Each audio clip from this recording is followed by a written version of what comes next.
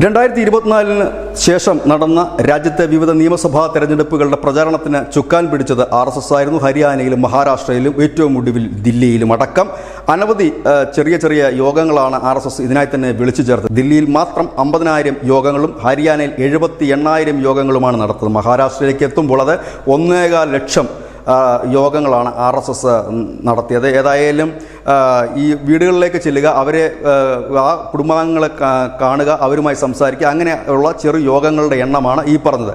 ഏതായാലും അത്തരം ഒരു നടപടികളുമായി ബീഹാറിലേക്കും പശ്ചിമ ബംഗാളിലേക്കും ഇപ്പോൾ RSS കടന്നിരിക്കുന്നു. പശ്ചിമ ബംഗാളിൽ തൃശ്ശൂർ, അതായത് 3 ഘട്ടത്തിലുള്ള ഒരു പ്രചരണ രീതിയാണ് ഇപ്പോൾ പശ്ചിമ ബംഗാളിന് വേണ്ടി ഇപ്പോൾ രൂപം കൊടുത്തിരിക്കുന്നത്. അതിൻ്റെ പ്രവർത്തനങ്ങളാണ്. പശ്ചിമ ബംഗാളിലുള്ള RSS ശാഖകളുടെ എണ്ണം വർദ്ധിപ്പിക്കുക എന്നുള്ളതാണ് ഒന്നാമത്തെ കാര്യം. രണ്ടാമത്തേത് സമഗ്ര ബൂത്ത് സർവേ നടത്തുകയും അതിൻ്റെ അവലോകനം നടത്തുകയും ചെയ്യുക രണ്ടാമത്തേത്.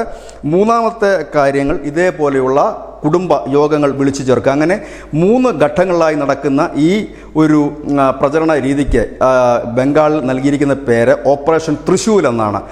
ഈ തൃശ്ശൂൽ എന്നൊരു ഓപ്പറേഷൻ പശ്ചിമ ബംഗാളിന് വേണ്ടി മാത്രമാണ്. ബീഹാറിലും സമാനമായ രീതിയിലുള്ള പ്രവർത്തനമാണ് നടക്കുന്നത്. ബീഹാറിനെ സംബന്ധിച്ച് BJP അവിടെ വളരെ ശക്തമാണ്. NDAയും അവിടെ വീണ്ടും ഭരണത്തിൽ വരാനുള്ള സാധ്യതകളുണ്ട് എന്ന് സർവേകൾ സൂചിപ്പിക്കുമ്പോഴാണ് ഇത്തരത്തിലൊരു നീക്കം നടക്കുന്നത്. News desk news India Malayalam.